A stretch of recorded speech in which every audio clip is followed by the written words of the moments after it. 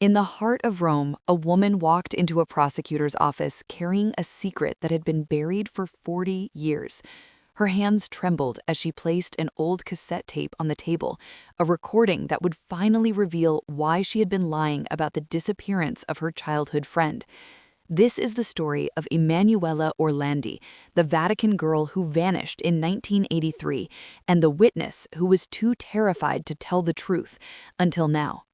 On June 22, 1983, 15-year-old Emanuela Orlandi disappeared on her way to a music lesson in Rome.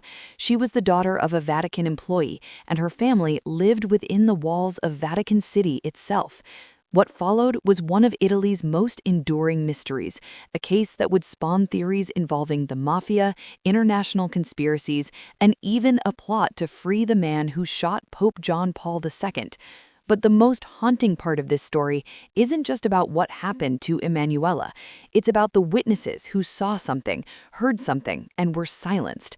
This is the story of Laura Casagrande, the last person to see Emanuela alive, and the woman who spent 40 decades trapped between truth and terror.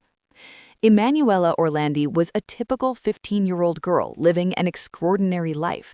Growing up inside Vatican City, she was the daughter of Ercole Orlandi, a messenger for the Holy See. She attended the Tommaso Ludovico de Vittoria Music School, where she was learning flute. She was bright, ambitious, and beloved by her family. On that June evening in 1983, Emanuela told her family she was heading to her music lesson. She never came home. Her disappearance sparked immediate panic. The Vatican launched investigations. Police combed through Rome. And then things got stranger. Anonymous phone calls began coming in, calls demanding the release of Mehmet Ali Aga, the Turkish gunman who had attempted to assassinate Pope John Paul II just 2 years earlier. Was Emanuela being held hostage? Was this a political kidnapping? Or was something even darker at play? For decades, the case went cold. Witnesses proved unreliable. Leads evaporated. Emanuela's family was left searching for answers that never came, until 2023, when prosecutors reopened the case and one witness's testimony began to crack. Laura Casagrande was 14 years old when her friend Emanuela vanished. She was one of the last people to see her alive. In the immediate aftermath, Laura gave statements to police, but something was off. Her recollections were vague, confused, almost deliberately evasive. When the case reopened in 2023, prosecutors called Laura back in for questioning. She was now 57 years old. 40 years had passed, but her testimony hadn't gotten clearer, it had gotten more contradictory.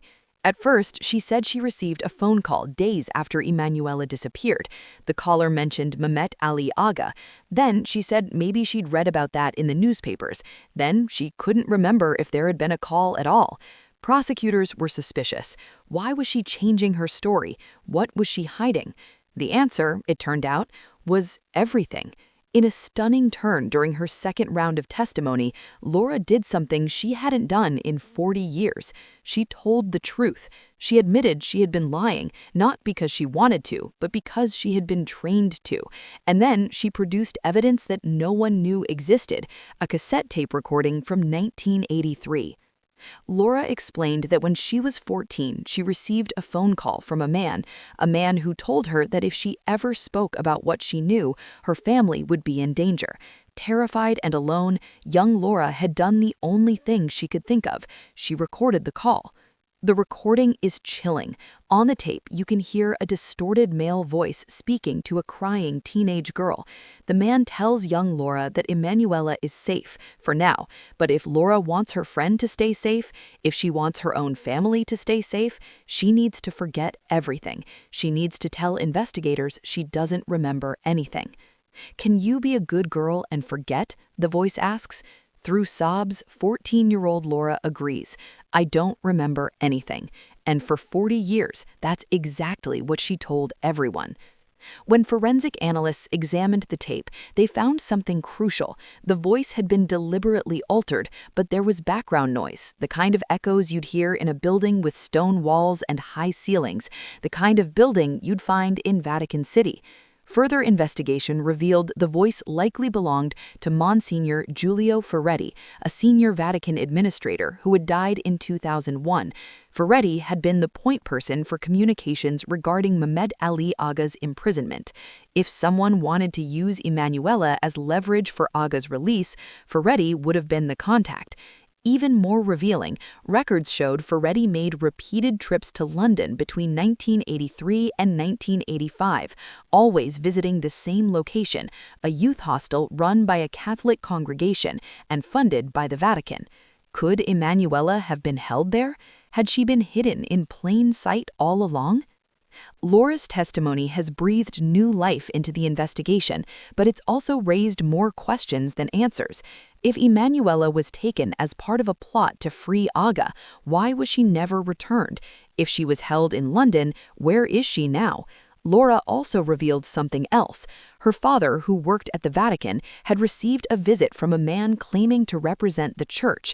The man threatened the family, warning them never to speak about Emanuela's disappearance. 1 week later, her father suffered a fatal heart attack. He was only 45 years old. Laura's brother, Marco, confirmed this in a phone call, admitting that her father had made him promise never to tell Laura the truth. He had died trying to protect his children, died of fear, as Laura put it. The case has now expanded to include investigations in London, where authorities are re-examining the youth hostel Ferretti visited. Pietro Orlandi, Emanuela's brother, has been fighting for answers for 40 decades. He welcomed Laura's testimony, telling media that it was the strongest lead they'd had in 40 years. But the Vatican has remained largely silent. Critics, including the Orlandi family, have long accused the church of withholding information. Whether out of embarrassment, complicity, or simply institutional secrecy, the Vatican has never fully cooperated with Italian investigators. The story of Emanuela Orlandi is not just a mystery, it's a tragedy compounded by silence. Silence enforced through fear, through power, and through 40 decades of unanswered questions. Laura Casagrande's courage in finally speaking the truth has opened a door that many believed was permanently closed, but it's also a reminder of the cost of that silence. Laura spent 40 years carrying a secret that nearly destroyed her. Her father died protecting a lie, and somewhere, somehow, Emanuela Orlandi remains missing. The investigation is ongoing. New leads are being pursued in both Italy and England. For the first time in decades, there is hope, fragile, uncertain hope that the truth might finally be uncovered. But even if Emanuela is never found, Laura's testimony has accomplished something remarkable. It has shown that even after 40 years, even in the face of threats and institutional power, the truth can still find a way to speak. Emanuela Orlandi was 15 years old when she disappeared. If she were alive today, she would be 57, the same age as Laura. Her family still searches, her story still haunts, and now, thanks to one woman's bravery, the world is finally listening. If this case moved you, please consider supporting organizations that help find missing children. Around 70,000 children go missing each year in the UK alone, and thousands more across Europe and the world. Every story deserves to be heard. Every family deserves answers. If you found this video informative, please like, subscribe, and share it with others who are interested in true crime and unsolved mysteries. And let me know in the comments, do you think Emanuela Orlandi is still alive? What do you believe really happened in 1983? Thank you for watching. Stay curious, stay compassionate, and never stop seeking the truth.